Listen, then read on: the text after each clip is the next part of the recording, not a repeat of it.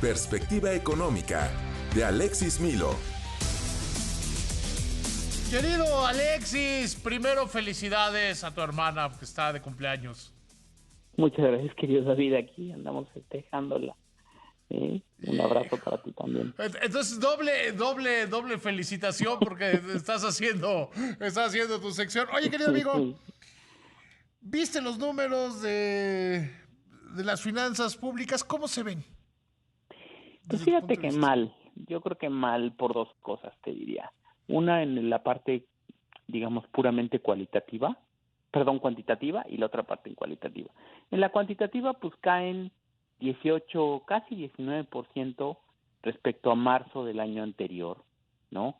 Una caída de 5.5% en todo el primer trimestre de 2023 respecto al trimestre anterior en términos reales. Uh-huh.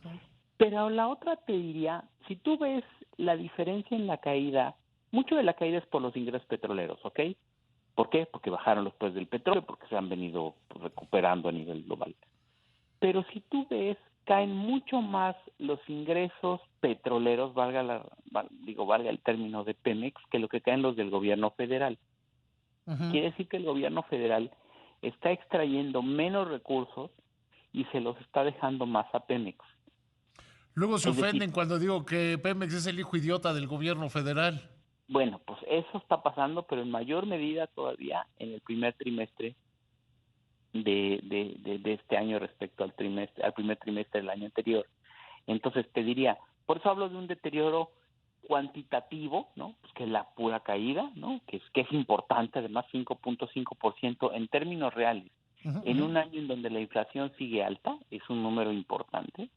Y además, en términos cualitativos, estamos viendo una recomposición de los ingresos en donde el gobierno extrae menos de Pemex, se come, digamos, más el golpe ellos y nos habla pues un poco de esta política de preservar a Pemex, no importa lo que suceda, ¿no? Entonces te diría que son muy malos números de finanzas Y públicas. luego, pero luego la que quiere ser gobernadora del estado donde hoy estás, dice que son unos grandes números que en Pemex lo están haciendo muy bien. Pues no, definitivamente no. O sea, son muy malos números. Nosotros sabemos por qué Pemex pierde dinero. Pierde dinero porque es una empresa muy ineficiente. Pemex tiene, según estimaciones, 3 veces más de los trabajadores que debería tener. Es decir, hay empresas privadas en el mundo que producen más o menos el mismo número de barriles de petróleo por día que Pemex produce y tienen una tercera parte de los trabajadores. La empresa petrolera de Noruega, que es de la corona Noruega, Uh-huh. tiene la tercera parte del personal, el personal de Pemex, explora en aguas profundas y gana, eso sí ganan muchísimo dinero.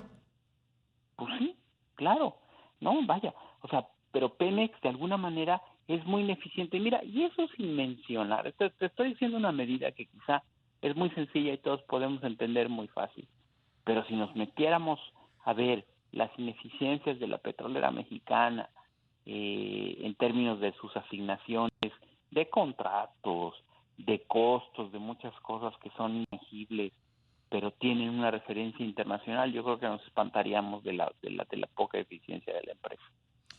Ahora bien, parecería que si bien los números de crecimiento, los números son más o menos buenos, cada vez hay menos espacio, cada vez hay menos camino por recorrer para las finanzas públicas.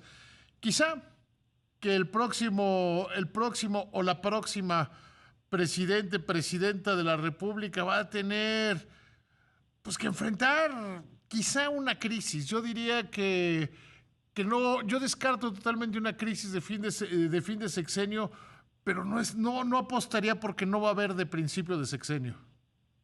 No, tienes razón, mira, a ver, lo que pasa es que en México estamos acostumbrados a que las crisis son episodios pues muy violentos, ¿no? Yo creo que en México estamos enfrentando por primera vez quizá en la historia una crisis lenta pero segura en términos de las finanzas públicas. Es decir, esta caída que estamos viendo y en ausencia de los fondos de estabilización que por algo se crearon y que el gobierno está utilizando, creo que nos va a llevar... No, que el gobierno ya se los acabó, ¿no? Bueno, ya se los acabó, bueno, tienes razón. Nos va a llevar a una crisis, Ahora, no va a ser una crisis donde el gobierno deja de pagar su deuda, donde el gobierno de alguna manera se le acaban las reservas internacionales, sino, es decir, no va a ser una crisis como la que hemos vivido en años anteriores. Va a ser una crisis en donde de pronto se pone en tela de juicio la solvencia y capacidad de pago del gobierno de sus obligaciones. Va a ser una crisis donde en un momento dado digamos, la estructura de los pasivos del gobierno, incluido Pemex, que como tú sabes y lo mencionábamos hace un momento, es parte integral de los ingresos públicos, se pone en tela de juicio. Es decir, una serie de cosas estructurales que no van a estallar de un día para otro, pero que son parte importante de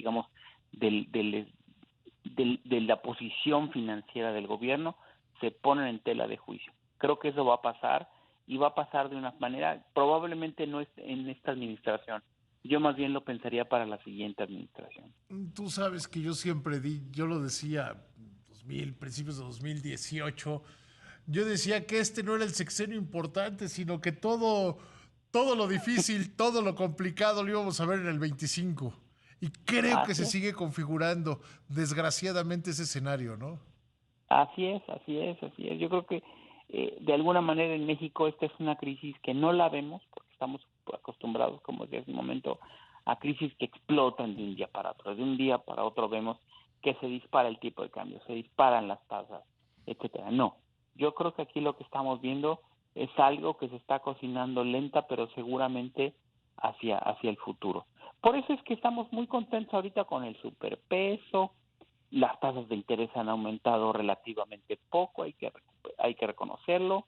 Las finanzas públicas estamos viendo un deterioro lento, pero pues si ves, pues de alguna manera pues se dice, bueno, pues sí cayeron los ingresos año con año 18%, pero pues ahí vamos. Pues sí, pero pues en ese ahí vamos, yo creo que se está cocinando algo mucho más fuerte. Desgraciadamente creo que tienes razón. Yo creo que... Ojalá me equivoque, ¿eh? Y yo creo que además estamos desperdiciando las oportunidades. Ayer dije en televisión que quizá voy a hacer una nueva sección que se llama ¿Cómo complicar el Tratado de Libre Comercio y desperdiciar la relocalización?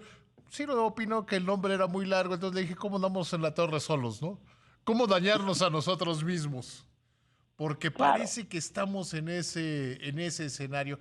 Querido Alexis, te agradezco mucho que me hayas tomado la llamada y nos vemos pronto. A ti, mi querido David, un fuerte abrazo. Hay que organizar una comida, aunque tengamos que invitar a aquel. Pues alguien tiene que pagar, ¿no? Pues luego no paga. Pues no importa. Pero que vaya. Te mando un abrazo, querido Alexis, que te vaya muy bien.